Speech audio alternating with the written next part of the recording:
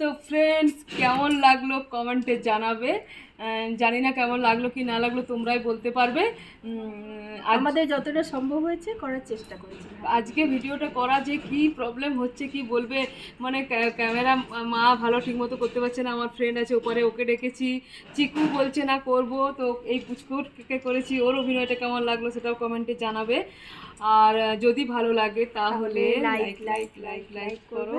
অনেক দিন থেকে তোমরা কমেন্ট করছিলে কি অপোজিট করো, বৌদিকে করেছিলাম, দুর্গা সাজিয়েছিলাম, তারপর থেকে কমেন্ট করতেই থাকছিলে অপোজিট পার্ট করো, অপোজিট করো করো আর অপোজিট করো আর কি। তো করলাম, বাইরে করতে বলেছিলে, তোমাদের কথা মতো বাইরেই করলাম।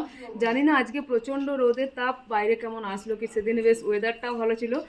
তো ঠিক আছে, চলো তোমাদের কথা মতো আজকে করার চেষ্টা করেছি।